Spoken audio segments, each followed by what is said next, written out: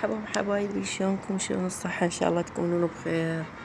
اليوم أنا عندي معاملة فرحت عليها. دائما أعبر هذا الشارع السريع، شوفوا السيارات، يعني من أشوف شوية خفف السرعة أعبر. فقلت اليوم أنا جايزة من روحي خل أعبر على هذا الجسر. فعبرت على هذا الجسر ورحت كملت معاملتي ورجعت للبيت. لقيت حبايب قلبي شي يسوون لحم بعجين. فهاي الخلطة طماطة قلاه مقليها بالدهن، يعني شوية دهن قليل وبصل، وبعدين هرسها بالمهراسة. هذا ابني دا يشتغل وضاف لها اللحم. فأنا من جيت قلت لهم خل أصور. أنا جيت لقيتهم هم يشتغلون دا يسوون أكل، ابن البط عوام. قلت له يلا خلينا نصور. فجايب العيش اللبناني وهذا اللحم، وأنا ثرمت الكرفس. فكملت هاي الصلصة، يعني لحم وضافة على الصلصة مال الطماطة.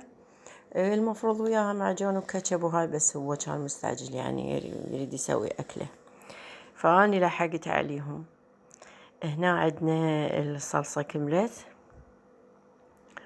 وهذا العيش اللبناني أو الخبز اللبناني أضاف هاي الخلطة عليها، وأنا هم شاركت وياهم.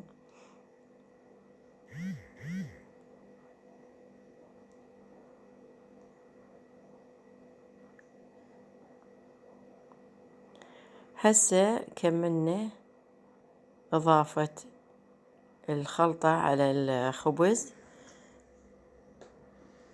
وهنا وديتها بالأوفن. هنا بالأوفن، وهاي طاق عليها بيضتين اثنين اكو، يعني خلى عليهن بيض. هو يحب يعني لحم بعجين يكون عليه بيض، فهذن اثنين اله. وهاي اخر شي، ذا الوردات مالاتنا شوفكم اياهن. وهاي اخر شي. هذا طبقنا لهذا اليوم، ان شاء الله يعجبكم وشكرا.